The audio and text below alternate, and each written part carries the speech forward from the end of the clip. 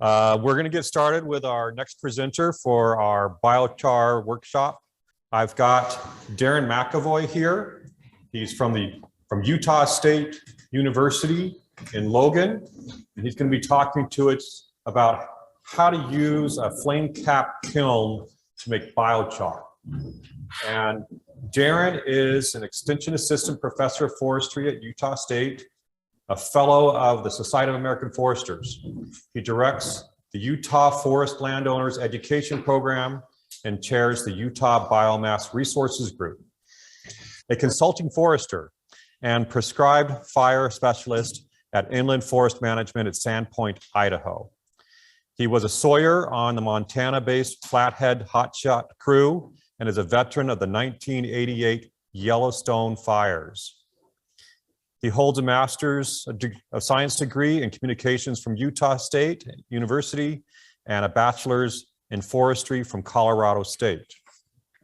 And I get to interact with Darren quite a bit through our professional development. He's a fellow extension forester and educator, and he has been looking at this problem of what to do with biomass for many years. And right now, using these kilns seems like there's a lot of potential as far as being accessible and for people to kind of learn, be able to use it and have some impact. So really appreciated Dr. Fidel's presentation previous. We're going to get to her questions after Darren's presentation. We'll have both of them available. And so I'll field those questions and we'll have them up after Darren's presentation. So welcome, Darren. Thank you, Chris. Appreciate it. Thanks for the invitation and being hosted. It's great to visit here, Arizona. There's several inches of snow in my yard, and there has been since November. So it's nice to see some dry ground for a change of pace and some warm sunshine. I'm appreciating that. Really appreciate the previous speaker. Rivka did a great job. I learned a lot, and I look forward to the question and answer period. I have a few questions myself. I want to talk to you about biochar productions, mostly for woodland owners and for people who are interested in it. I'm going to talk about a variety of different scales and a variety of different feedstocks that we use. This photo is from Moab, Utah, not terribly far into Utah from Arizona, with our big box kilns from 2 years ago. I represent the Utah Biomass Resources Group. In about 2009, the Forest Service and the BLM in Utah approached me and asked me to co-found and get started this Biomass Resources Group, a way to find value for low-value wood, pinyon juniper, and other woods that we have in Utah. I don't do anything without partners. This is my list of partners: the Southern Rockies Fire Science Network, the Forest Service and the BLM, the State Division of Forestry, and Go Biochar, super important partners to me. This is me lighting a pile a few years ago in northern New Mexico on the Vermejo Ranch. This pile, along with the thousands of other piles around it on this 200,000 acre ranch, sat for about 6 years before we were able to burn them. So this is hazardous fuel in the terms of the Forest Service, sitting on the landscape for all that time, creating more and more hazard if fires happen to come during that time. Some of my colleagues call this liability wood because it stands as a liability to the forest health and to fire safety. And fire safety is one of my big goals. As Chris mentioned, I was a firefighter. I spent about 15 years on the fire line. I'm still very involved with that world, and it's kind of in my blood. And that's partly what makes me comfortable with doing this. It's a fairly fire-oriented approach. But reducing hazardous fuels is kind of the way I've mostly sold this program originally. I rarely talked about carbon sequestration potential when I first started down this road. It just people weren't very interested in it. But more and more, I lean towards talking about that side of it and sort of selling it from that program, how I get grants and that sort of thing. And of course, as a former firefighter, improving firefighter safety by reducing hazardous fuels is super important to me. And I see it just as a simple way of preserving the carbon that's in the wood. As Rivka mentioned earlier, if we allow the piles to burn or just rot, all that carbon dioxide goes into the air. Here's a way to preserve perhaps 20 to 25%, 30% of that carbon. That's the numbers that we're getting from our simple kilns. It's durable. It's got a half-life approaching 1,000 years. And it's just It's the only way I know of that I've ever heard of. We can teach farmers, ranchers, anybody to sequester carbon in a durable way right at home, on the farm, or on the ranch. So that part of it gets me kind of excited. We've heard a lot about this. Excellent presentation from Rivka again this morning, but a very quick review. Pyrolysis is actually separation by fire. It's thermochemical decomposition of the wood that happens under limited oxygen environments, which will be a little bit contrary when you see these open kilns. That obviously there's a lot of oxygen that comes in from the top of them. But once we get this flame cap going, and I'll talk more about that, that's what limits the oxygen. And the pyrolysis is actually happening maybe deep inside of a log while the outside of that log is burning, and in this temperature range that we've talked about. And again, this is probably my last sort of redundant slide with Rivka's presentation, but it absorbs nutrients and water, changes the soil structure, increases microbial activity, and increases the water holding capacity of soils. And I like to talk about this potential value chain of biochar. Right now, it's really hard for it to pay itself off in a lot of cases. But if we could come up with a business model or some approach that accounted for all these different values, then it would really pay off much more so. And for starters, it reduces hazardous waste, reduces the chances of a wildfire, absorbs nutrients and moisture. We've heard a lot about that this morning. I've done a lot of work in that arena as well. We can use it as a livestock amendment, and I'll talk more about that towards the end of my presentation when I kind of cover applications. Improves long-term soil productivity if used well, and sequesters carbon.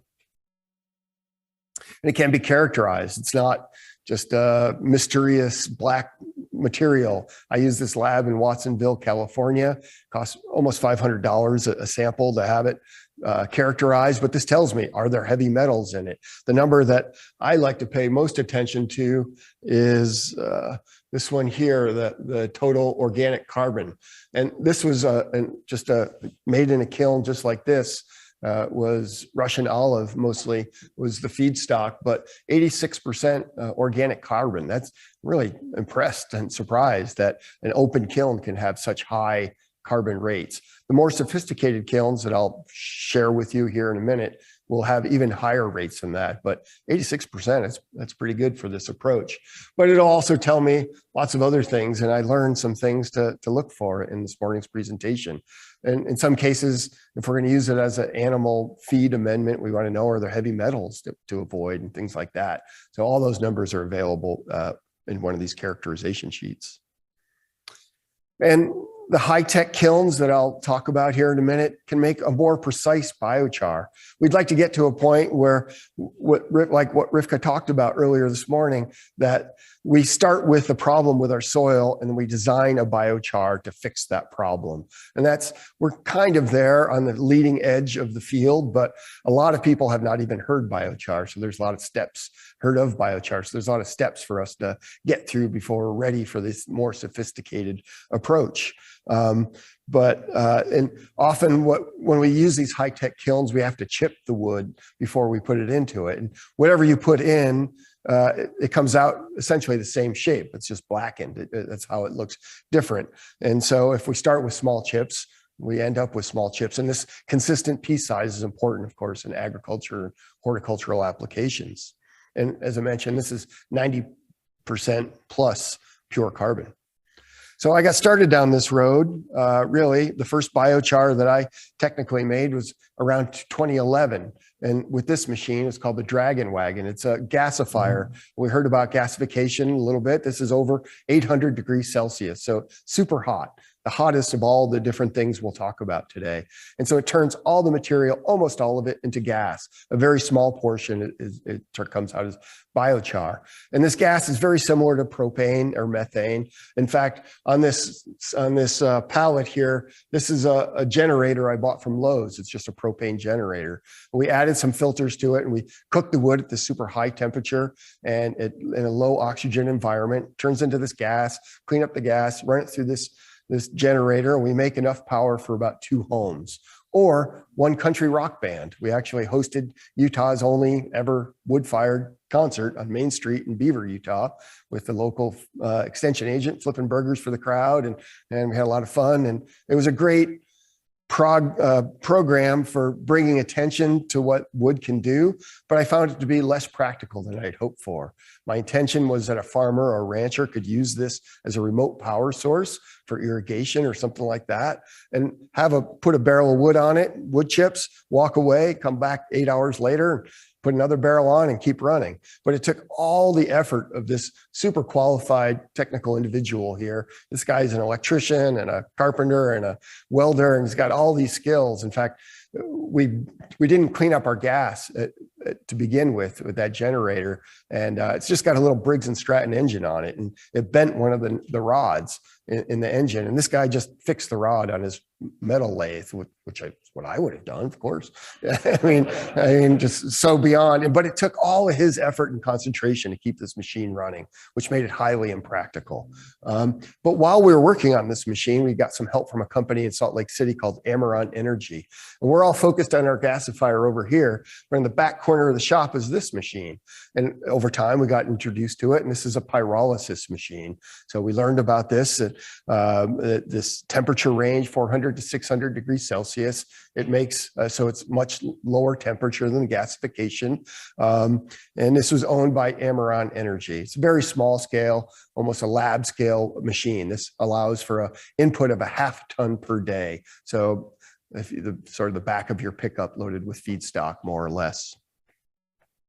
But it was bolted to the floor of a shop in Salt Lake City. And I work with wood all over Utah. It's a super diffuse resource spread out over millions of acres. And so as we learned this morning, you can't haul wood more than 30 miles and pay for it as a standard rule. And so my idea was to bring this out into the woods. So I was able to take Forest Service funding and Bureau of Land Management funding and a lot of funding from Amaron Energy, the company, and we put that same machine that you saw in the previous slide in this trailer and started touring it around the country. This is up in Bingen, Washington.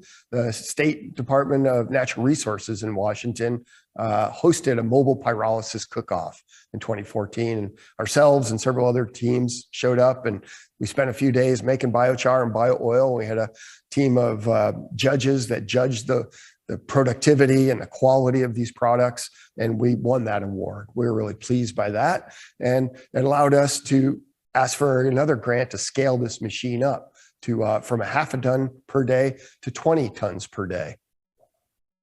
And this is the inside of the 20 ton per day machine. This is the guts of the machine.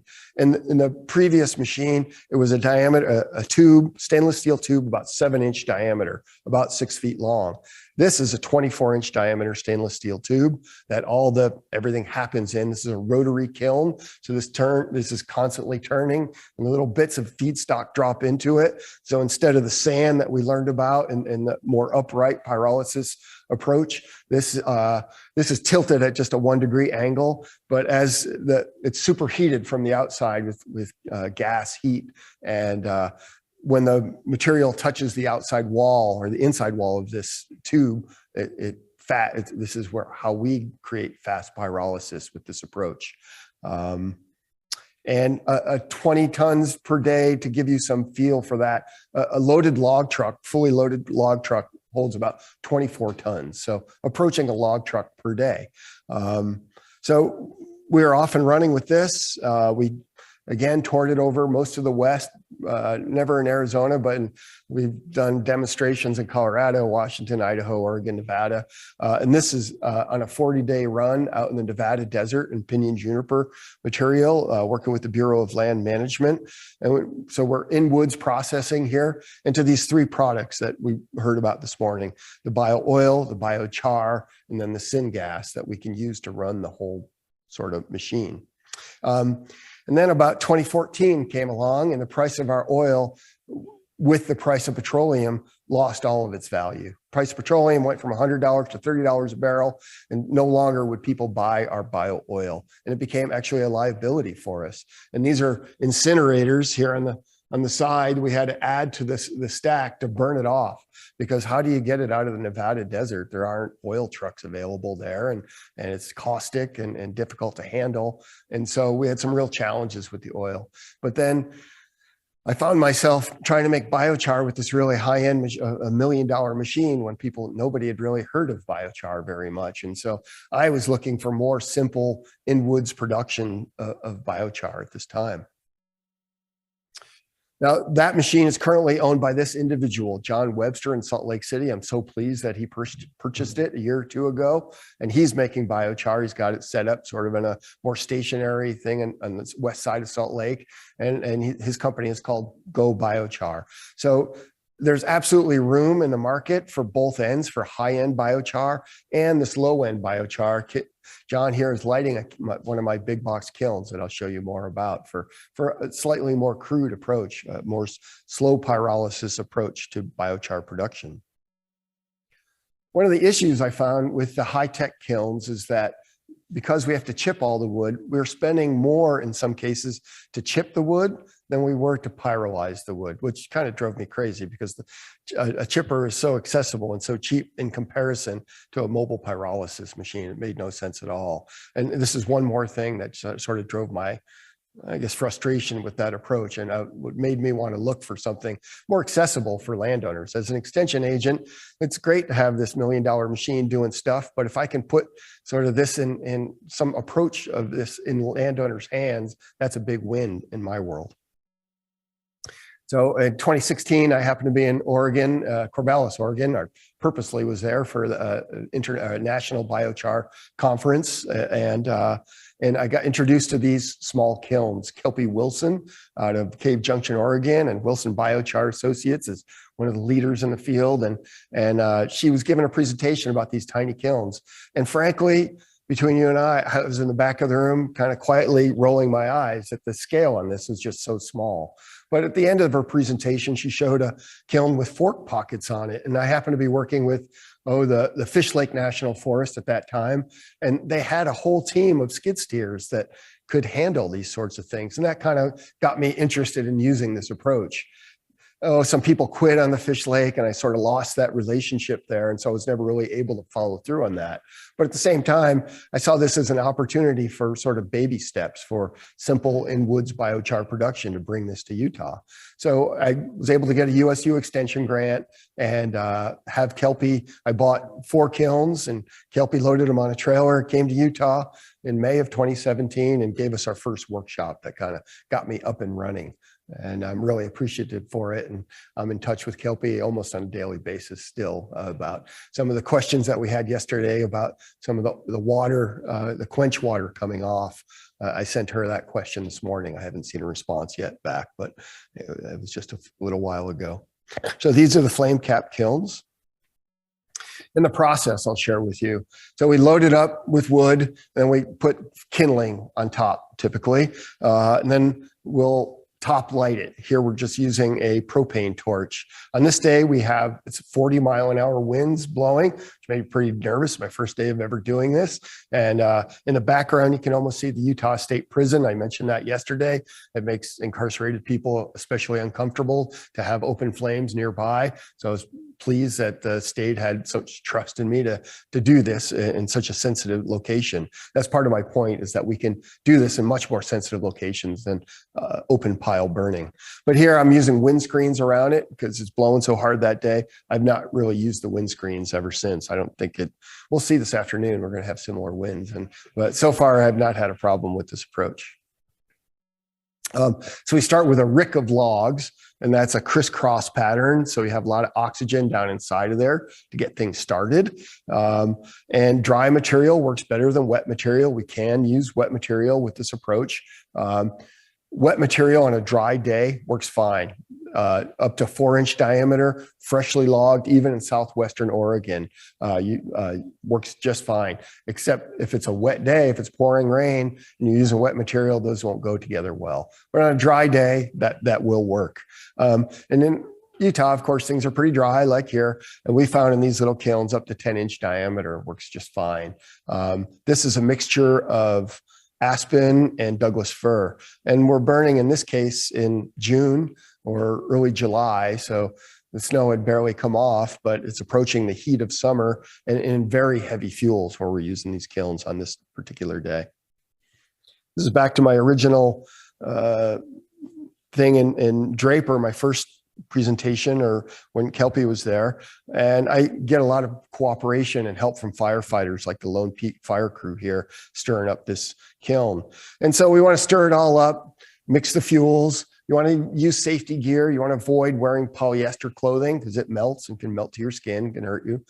You don't have to have Nomex, that's fire retardant clothing like this individual is wearing, but just cotton clothing or wool is safe. And as long as you pay attention, of course, hard hat is not that important for small fuels, but eyeglasses, gloves, leather boots, that sort of thing, sensible approach. Mostly it's about common sense.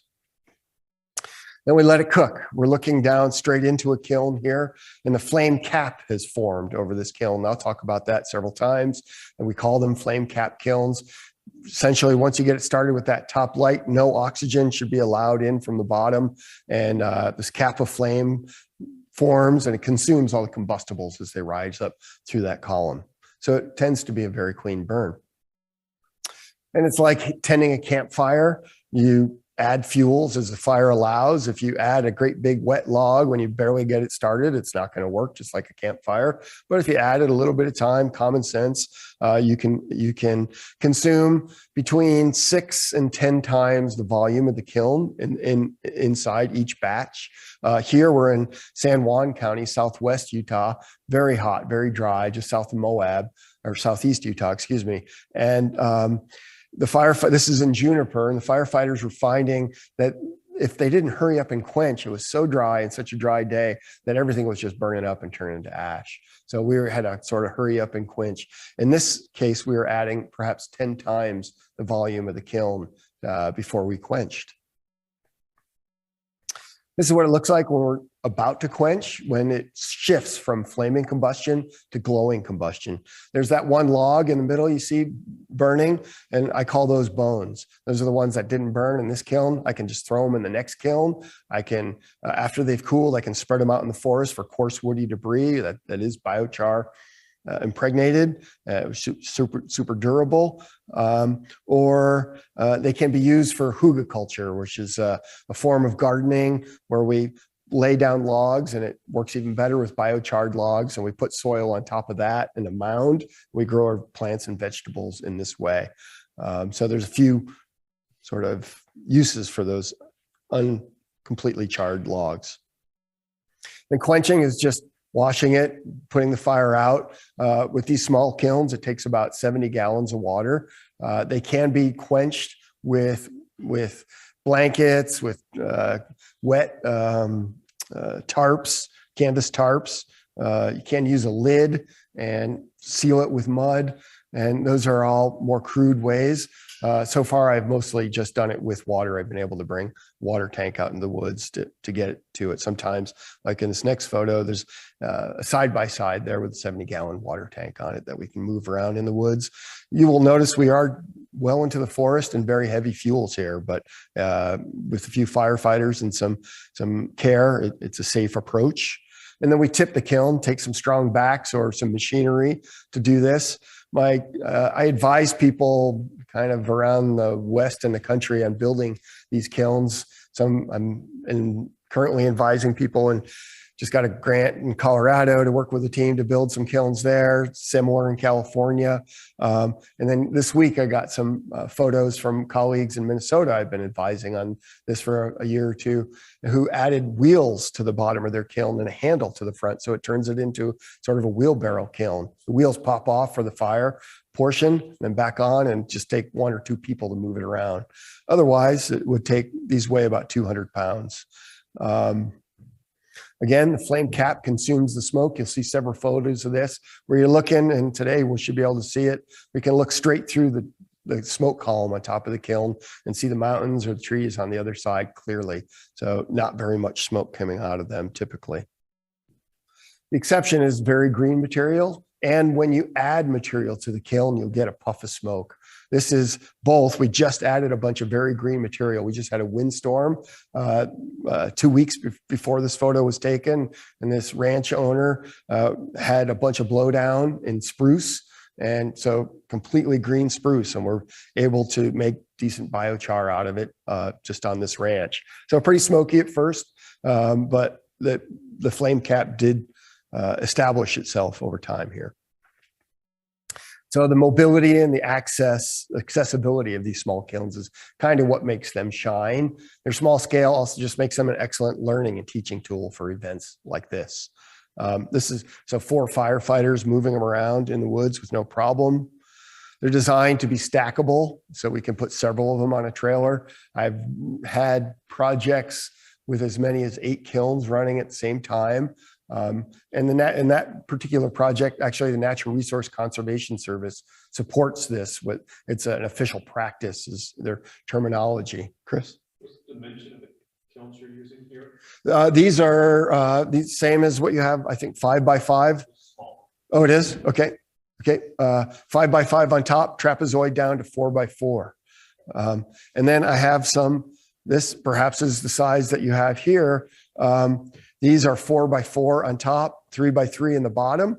And I made these specifically so they could slide in the back of my pickup I don't have to have a trailer. I'm giving a workshop here in Longmont, Colorado a couple of years ago. And it's a dead of winter. Driving I-80 across Wyoming is one of my worst nightmares in the winter. And with a trailer, it'd be even bigger nightmare. So I can just pop it in the back of my truck and go from place to place. As it turns out, we have a lot of vegetation issues with Russian olive and tamarisk, the salt cedar along a lot of our river corridors in Utah, along the Colorado and the Green River. The BLM is a big supporter of a lot of my work, and working with them, turns out these small kilns would fit perfectly into a 16-foot rubber raft to be brought down the river so we can treat the material on the side, and maybe I'll get a river trip out of the deal at the same time. We're working on that. Quick drink of water, excuse me.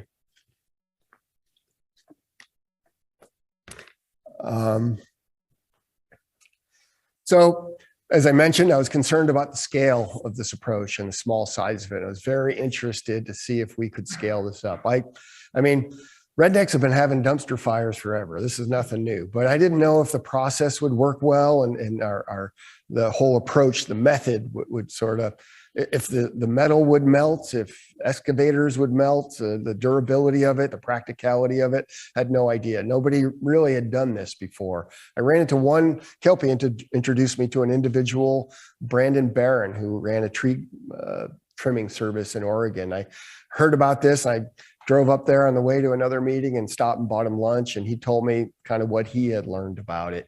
And so that was the only bit of sort of real guidance I had to get into it. It was an hour with eating a hamburger with a guy. So there's a lot of guesswork kind of going into it. But I was able to get this Public Lands Initiative grant to make this happen.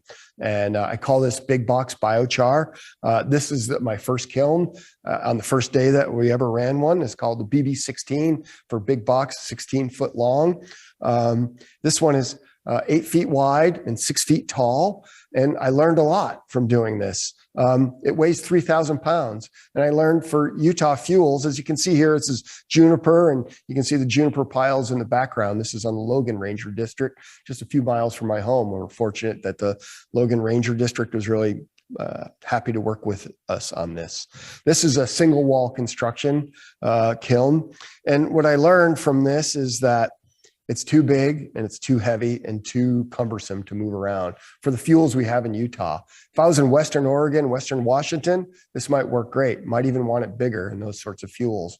But in Utah, and I think in Arizona, I think it's too big. I wanted to right size it so the typical person with an F-150, just a typical pickup, could move it around on a trailer.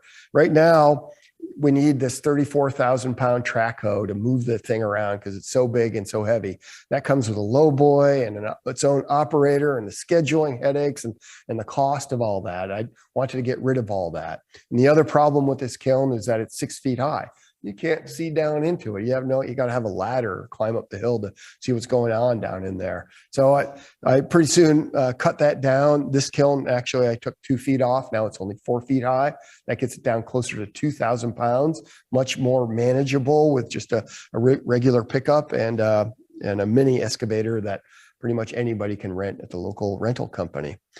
So I use that to build that information I get from Kelpie and another colleague in Oregon, Ken Carloni, to make this second kiln. This is the BB12.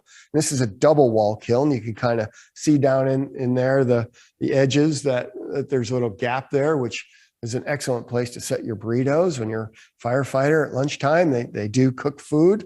And this one only weighs 2,000 pounds, only 4 feet high. That double wall construction allows firefighters to get closer to it. It protects them from the heat and creates more even heating within the kiln. So you have better biochar production. You don't have cold spots down inside the kiln. So I have now built, so the BLM I helped the Moab BLM build this kiln for their office. I've helped the Dillon, Montana office of the BLM build their own kiln, BB12. As mentioned, I'm working with people. We just got a grant in Colorado to build a few there, and in California. In Colorado, they're focused on the fruit trees that have been pulled out around Paonia. It's going to be the feedstock mostly there, and we'll eventually get to just normal forest conifer wood feedstock. In California, they're more interested in the vineyard business in Napa Valley. Again, that flame cap, I'm looking at the mountains right on the other side, right through our flame cap, working good. You'll see a little bit of smoke. Often the smoke comes from the pieces that fall off the edge and are just burning around the outside of the kiln. And I work closely with our smoke management coordinator in Utah, Paul Corrigan. He's come to several of my demonstrations. Here he set up this air quality monitoring device next to my kiln at our first demonstration. He's been to some other ones since doing the same sort of thing. And this device registered the exact same air quality as another device that was 10 miles away. So no immediate impact on air quality. I'm looking for funding. I have been looking for funding for a number of years to improve this data set, to really expand it out so I can approach smoke management coordinators in various states and say, hey, you shouldn't be treating this like open pile burning. This is so much cleaner. Can we have an exception? Because here's the data that shows it's so much cleaner than open pile burning. And I'm working towards that. I may have made a little breakthrough with Chris's colleague and boss, Ethan Orr, yesterday. One more time, looking through that flame cap. But here, I just wanted to show you when we're going to quench the kiln, when the flames die, pretty much, when it shifts from, it's just a little early here in the next 10 or 15 minutes. This will completely shift from flaming combustion to glowing combustion. It'll be time to quench. But more practically, we quench at lunchtime or at the end of shift. And that's how it most often runs with these kilns. We'll come up in the morning, load it, have a good burn, keep loading it until lunchtime. Just before lunch, we'll quench, dump it, and then we can take lunch, relax. We won't have a bunch of fire out there. And then after lunch, we'll do the same thing. At the end of the day, we'll do the same thing, and then we can go to sleep that night without any problems. Question, Ben? Yeah, we've got a question from the chat here. The question is, does ADEQ require air quality burn permits for mid-size 1 to 50 tons per day biochar operations, like the Wilson kiln or BB12 kiln example? I don't know Arizona laws, so I can't speak directly to that, but most other states that I've worked in, the answer is yes, they do require air quality burn permits. The exception to that is a kiln even smaller than that. That's 3 foot on the top side, which is very small, but that in some states that comes out as a recreational fire, which is just, you don't need a permit to have your friends over for a fire in the backyard or to have a barbecue fire. So when Kelpie and I are kind of in a pinch, we can't get a demonstration done because of air quality, we might kind of sneak it down to a smaller size kiln and be able to do it that way. Chris? Could I just add that it's a really good idea to get a burn permit. Please let the authorities know that you're going to be having a fire. Yeah. And in Gila County, it didn't cost me anything to get it. It's not a big deal. Mhm. And this way, and then the smoke that you get, you don't typically end up with those issues. Right. And you won't have people calling in and smoke so much. And I don't, in Utah and most other states that I work in the West, a burn permit and an air quality permit are two separate things. The fire warden will give you the burn permit, and that's all about the fire danger that day and what the risk is. The air quality is a completely different category, and I kind of have to go through both those steps before I can do a burn in Utah. Rivka. Quick question, is that handled the same as combustion, pyrolysis combustion? Does the law see it any differently? They don't see it any differently, and that's what I'm working on changing. Okay. Uphill battle for sure. Other questions? So one of the more challenging and frankly dangerous parts of dealing with these big box kilns is tipping them over. And I'm still kind of working on refining that. We just use change or straps or grab onto it with the mini X and the thumb on the bucket and pull it over. I've had sometimes I've experimented with quenching outside of the kiln. We're doing a little bit of that here, and you can kind of see it exposes the firefighters or the operators to a lot more heat and smoke that way. So I've come to prefer quenching inside the kiln. It keeps things a little bit more contained, including the exposure. And it goes without saying, it's way more labor intensive and expensive than open pile burning, but there's a lot of advantages to it over open pile burning. And some of it is that we can do it in heavy fuels. I've done it next to homes. In Utah, we're not supposed to burn in open pile burn in stream management zones to protect the water quality. So that's where I use these kilns a lot. In fact, that first photo I showed, my introductory slide, that was only 100 feet from the Colorado River where we're doing that. And that was part of the motivation for making biochar there. But we can concurrently, if you're out there at the same time, the kiln's much slower than open pile burning. So for efficiency, that's what we were doing on this day on Forest Service property near Heber, Utah. But again, comparing it to open pile burning, much cleaner, and it preserves the carbon. And kilns can be used for large or small diameter. And this particular job, the Uinta-Wasatch Cache National Forest wanted us to clean up this landing. They had already salvage logged the spruce. The firefighters or the firewood gatherers had taken all that they want, and they had this leftover pile of 30-inch diameter rounds that they just wanted to get rid of. They weren't that interested in the biochar production. We were just experimenting with it.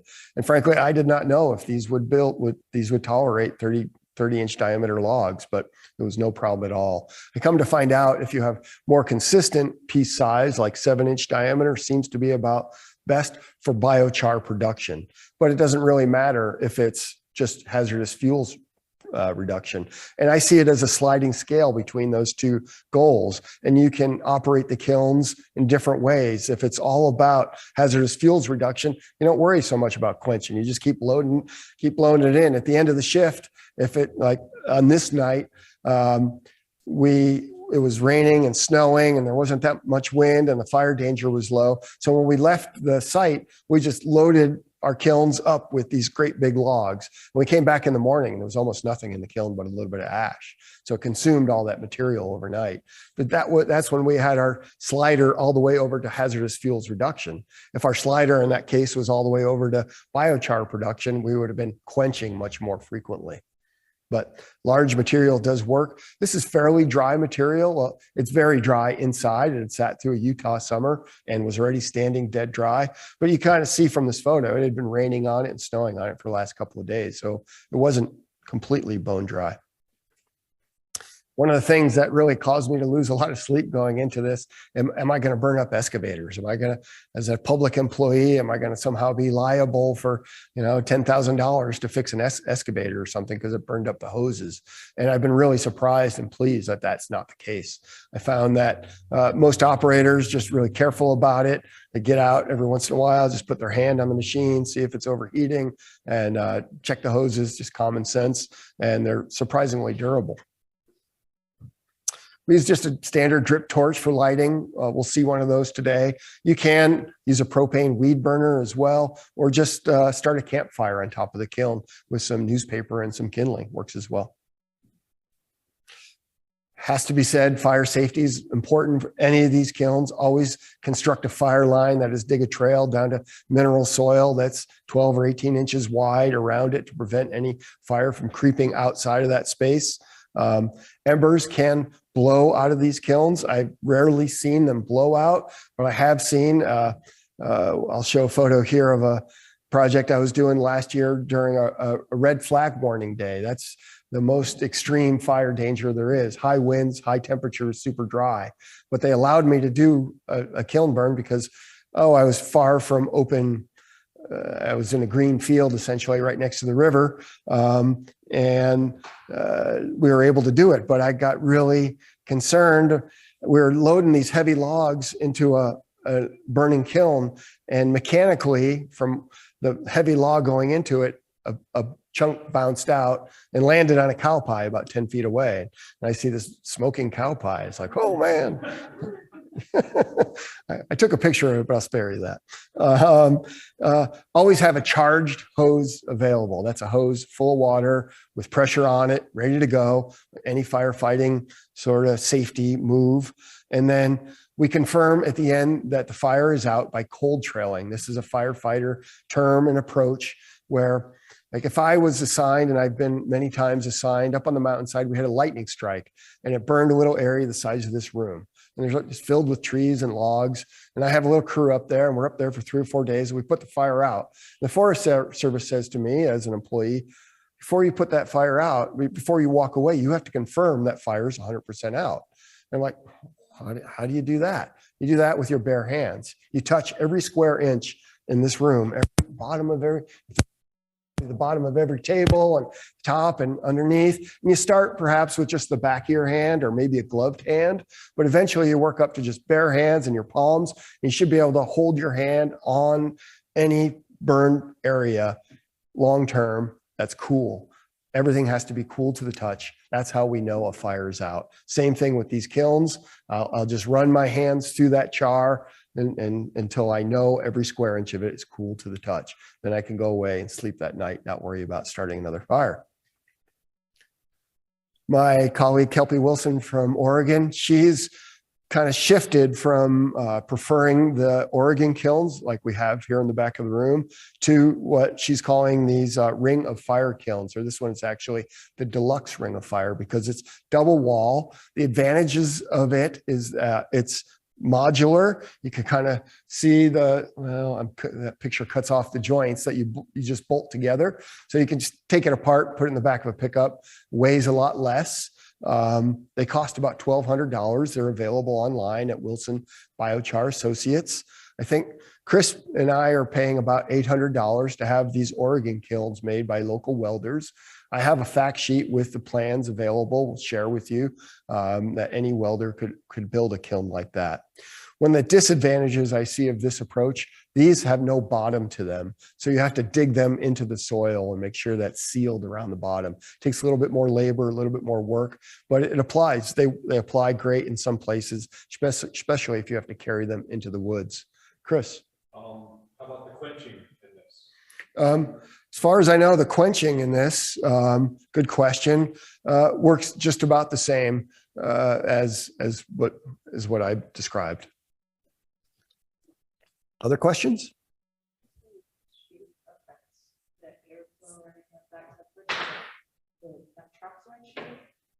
Some other pyrolyzers that clump and they claim that shape is better for airflow somehow. Yeah, my experience is that doesn't matter that much. My big box kilns have square walls. It hasn't been a problem at all. People have used pits. They can have a trapezoidal thing. I'll show a picture. I'll show some of these next pictures that kind of show that, and I'll refer to that. Arguably the biggest biochar producer in my region is Biochar Now, James Gaspard out of Berthoud, Colorado. And these are his kilns with evidently vertical walls. And when I was visiting this site, as I happened to be driving by a few years ago, Oh, he had maybe 20 or 30 of them out in his lot. And now I believe he's doubled the number of kilns he's got on the site. And all day long, feedstock is coming in on trucks and biochar is going out on trucks. And it was going to Alabama and all over Colorado and California. And so just to point out that it is possible to make a living from this approach. And he has these fairly refined stacks on top, and they're sort of specialty stacks that he's developed, and they eat up all the methane, they consume the methane, which is a big problem in urban biochar production approaches. And so he's got a real advantage with that. But these are what we call batch kilns. So you load it up, you do a burn, you empty it, and you start again. Whereas my rotary kilns that I showed at the beginning were all continuous. So you keep blowing it, keep going. Chris.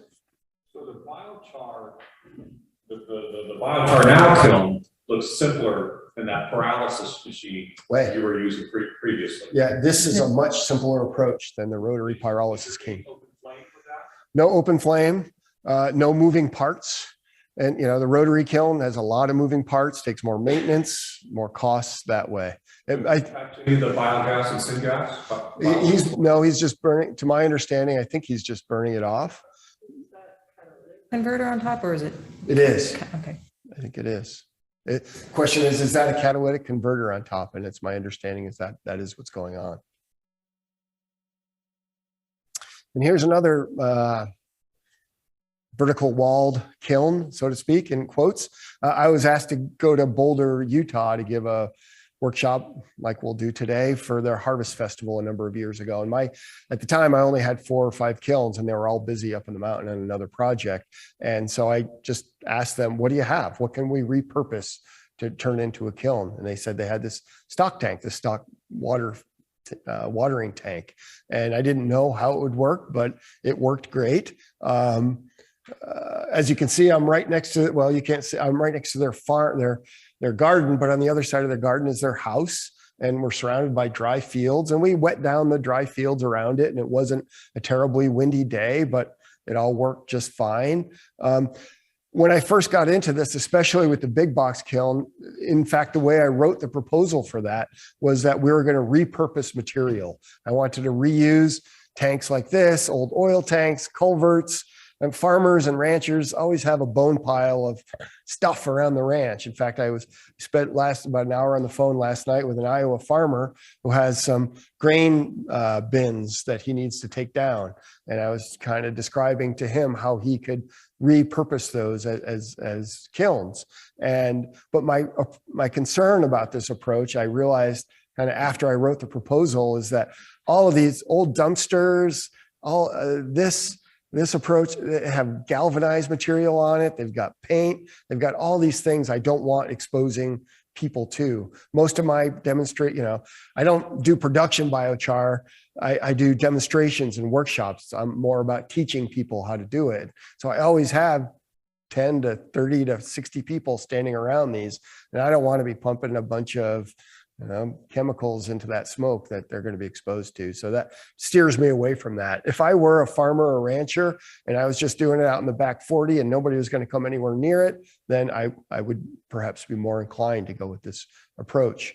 And while I'm thinking of it, I want, pits are another good way to make biochar kilns. It's very simple. But again, as a public employee, very concerned about the safety approach of open pits, and having a person or an animal or something fall into that would be really terrible. And so I won't even take that risk. Generally speaking, I think I will do pits that are way up on the mountain, way far from any people, and at a much bigger scale than what we're talking about. A scale, so much material, the piles are the size of this room, but they go for almost a half a mile. So much material you couldn't possibly ever get it into a box. So I plan to experiment more with that approach that way. The scale can come way down. That's the beautiful thing about this approach. It's so scalable. This is just a Lowe's, social fire pit for your backyard. My friend uses, and he just makes this little bit for his garden each evening. And again, even smaller scale. This is the smallest scale I'll show you. These are just used for food service containers. This is a rancher. I actually did big box biochar projects on his property, but he's interested in all scales. And this is how he got started on it. He just fills these food service containers, these stainless steel containers with chips, and puts them in the bottom of his wood stove each evening and has a typical wood stove fire on top of it. He wakes up to fresh biochar every morning. And I'm working with the Payette National Forest and a bunch of other folks out of the Northwest to make biochar without kilns at all. Just open pile burning of the different method. We start off, and a big motivation for this is actually to protect the soil under the piles. Pile burning is sort of a known way to damage soil, especially when the piles are dry, the soil is dry, and the piles are machine packed. One of my other favorite soil scientists, besides Rivka now, is Debbie Dumrose with the U.S. Forest Service out of Moscow, Idaho. And when she talks about this topic, she shows aerial photos from the Flathead National Forest where you can still see the holes in the vegetation in the surface where the piles were in the late 1980s, where we burned piles there. And I was a firefighter on the Flathead in the late 1980s. So I may have burned those piles that Kelpie shows as sort of the poster child of how not to treat soil as far as pile burning goes. So instead of that, what we do is we start with this sort of corduroy, this deck of so we tore apart some regular made piles that are just jumbled, and we purposely picked out the largest fuels, and we created a corduroy or a deck of those. And those are going to protect the soil from all that heat. And those big logs will partially char and become coarse woody debris, a good thing to leave out in our forests. And we'll take all this pile of just typical smaller slash, put it on top. We'll top light it, which is very different. Pile burning, we almost always bottom light it. So it preheats and moves up through the soil, through the pile and preheats the pile, and it burns quickly and more efficiently that way. It's easier, just standard pile burning approach. But we turn that upside down, we top light it, and at the end we might come back and quench at the end. Ben, was there a question I could address? Yeah, there was a question about if there's any advantage to using a lid covered kiln for reduction of fire, AKA no oxygen burn. Good question. I have lids for my big box kilns, and some people use the lids for the small Oregon kilns. Lidding is mostly used for quenching. You have to have that open box, that open flame sort of approach to get that flame cap to establish itself.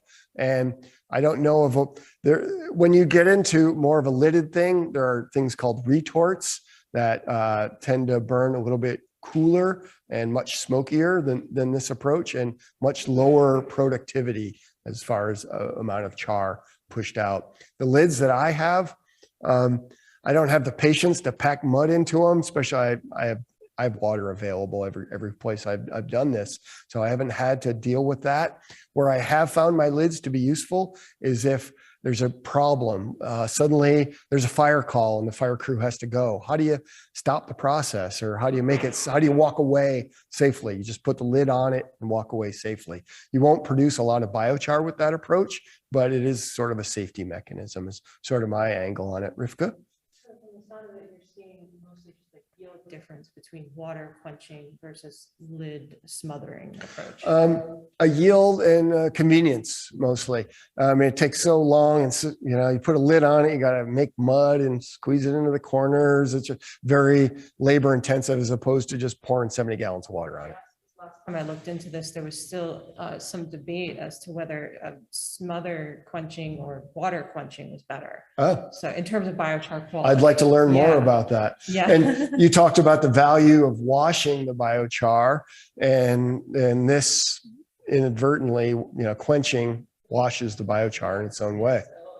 Assuming there's some drainage happening afterwards. Yes, they always get, before we can, the kilns always have to be dumped, or they have leaks in them, or they have didn't show my big box kilns, some details I didn't show. They have a sliding dog door. I call it just the size of a dog door. And that's what we use for draining them. And we have smaller ones in our small kilns for draining. The one in the back of the room has holes in it, which is that was the welder's idea, I think. And that was a good idea for draining it, but it ruins that no oxygen thing. So I bought some bolts yesterday to plug those holes, and we'll do that to this one later. Chris. The other concern I have with lids isn't that kiln about 500 degrees? Mm-hmm. Yeah, so water is helps to bring down that temperature. Right. And for me, especially as a public employee, if I don't have water there, my risk is so much higher. If I have a big piece of machinery, I don't worry about it. You know, a great big track hoe can fight fire as good as anything, but water is so effective at knocking down a fire quickly that's another reason to have water on the site, is just in case you had a spot fire or a little ember escape, that sort of thing. This is back to that site in Moab where my first photo was from. And this particular landowner is going to grow a tree nursery here on this site. So that's why he wanted the biochar. We're making biochar here from Russian olive. And he wanted it for agricultural purposes, for growing trees. So he needed it a more consistent piece size. So I'm having him just use a mini excavator here to mash that char up. It's very friable, very brittle. So we break it up this way, then it's more applicable for agriculture. Talk a little bit about applications, just some of my experience with applications. Most of the time, this char is just staying out in the forest. Some portion of it is being collected, taken down. Like yesterday, people fill bags and take them to their gardens. And we'll do the same thing, I suppose, today. But most often, I'm just spreading it out in the forest. There's research that shows, DeLuca and Applet are strong authors that have showed that conifer forests depend on charcoal from fires, and here's a way to replace. We're missing fires in a lot of our landscapes, and here's a way to replace that without that level of risk. So I tend to use very high-tech means for spreading the char. They're called grain scoops, and just a couple of firefighters spreading it out around the forest. We find that over time it will work itself down into the soil fairly quickly. Tend to do a lot more of it on landing areas that are highly compacted and the most impacted parts of the logging operation that need that sort of amelioration the most. Another project going on just north of me I'm involved in. Again, they're taking Russian olive out of this grassland. Just north of the Idaho border, just north of me, is the Curlew National Grassland. It's actually mostly sagebrush. It's the only grassland in our region. And here they use bulldozers to channel the river in a more appropriate place. And the farmers put it into a sort of a drainage ditch 100 years ago. This land was all farmed. It's kind of interesting, in the Dust Bowl. The federal government bought all these farms, and they're trying to regain this habitat. It's critical habitat for grouse and actually for monarch butterflies. It's breeding habitat. So that's what we're doing here. We spread this char on the site. We're trying to grow better forbs and milkweed for the butterfly habitat. I mentioned this one. This is along the Bear River. Boa Agoi is just the Shoshone name for this. This is the Bear River Massacre site. This is the largest single loss of Native American lives in U.S. history. 423 souls lost their lives one morning and by an overzealous army captain, as is the way the story goes. And so the Northwest Band of the Shoshone just purchased this property, and they want to return the ecology to what it was back at that time. And so we're using biochar for that. We're taking the Russian olive out, making biochar out of it, putting it back on site. This is very high pH biochar. So we're going to mix it with manure and let it sit for a few weeks to charge it and to ameliorate that high pH approach. And I'd like to have some discussions about that afterwards. And so these are some students that we're teaching how to make, graduate students. This was the site of the smoking cow pie. And I've used biochar as a feedstock diet amendment to 1 to 2%, and we made available to these sheep. And we saw a significant increase, like 24% increase in weight gain in the lambs who had it available to them in their diet. They tended to like it and prefer it, I'm told, by the people who are working there. And we published this in the Journal of Animal Feed and Science Technology. This is just a preliminary screening we did on using it for melon and potato and tomato production. And we didn't, it's not peer reviewed published, but we found from this pre-screening like a 4% increase in melon productivity and 25% increase in the tomato productivity. Here I'm using it on BLM land out in the Uinta Basin on old abandoned mining sites. We did have some problem with wind blowing it away there. And we're testing it around Cedar City, putting it under irrigation pivots. We didn't have a great bang for our buck here. I tend not to promote it for agriculture, production agriculture, but for more high value crops, it starts to make more sense. Park City, the city of Park City, is using biochar as part of their goal to get to carbon neutral by 2030. So I advise them, and we do a lot of workshops and education up there. And then we've gotten, as a team, some grants to be advised by AGU, the American Geophysical Union advises us, and Bloomberg Philanthropies advises us.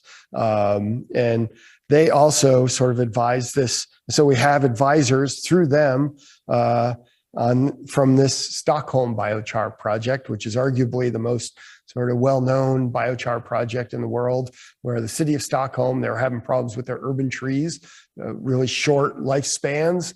Las Vegas has a similar problem that way because they have really poor soils. And so they're making biochar from their waste, their urban forestry waste, and creating these structural soils to grow better urban trees. Stockholm, I learned in one of these workshops from a woman who works on this project there in Stockholm that they've gone from a net, now they're a net importer of biochar. And, you know, we express sort of frustration with them. Oh, nobody's heard of it. It's not going anywhere. She's like, oh, don't you worry, because 5 or 10 years ago, nobody had heard of it in Stockholm, and now it's a major attraction there in it's sort of the science world. And of course, this is just charcoal. It's essentially just charcoal. And so I encourage people to take some of it home and have a barbecue, have your friends over, have locally grilled, local juniper charcoal grilled salmon and chicken and whatever it is you're having for dinner that night. And that's what I'm doing here. I collected these coals from my big box kilns. And we have a long history of charcoal production in Utah, mostly for the iron and steel smelting industry. And these are historic beehive kilns that have been reinvigorated or rebuilt. And it's sort of a historic site just over the Wyoming border from Utah. And so we have a long history of it there. And very similar to these kilns, I was fortunate to give similar presentation as this at the International Union of Forest Research Officers in Brazil a few years ago. And we discovered, my colleague from here in Arizona, Hansu Pan from Northern Arizona, we discovered that they're using these kilns, very similar to our beehive kilns in Brazil. And Han ran these numbers that astounded me, that he found that if we adopted this approach in the United States to the same level, same productivity that Brazil did, this is an academic example, not that practical, but if we did, and we took all the hazardous fuels in California and all the hazardous fuels in Arizona and put them into these kilns, how long would it take to get rid of all those fuels? 1 year. It'd take 1 year to get a handle on our hazardous fuel problems in both of these states with this approach. Just to show that it is within reach. It is possible to do something about it. Wrapping up, I have a series of fact sheets on this. I mentioned that this one on your left has plans for the kilns in it and a full sort of step-by-step approach to how we make biochar in these simple kilns. And I'm really pleased with the one in the center. This is a joint fire science program, wrote it up separate from us about our kiln approach as a success story. This is my contact information. I'd be happy to work with you and answer any questions or send me an email and we can carry on this conversation. Thank you very much.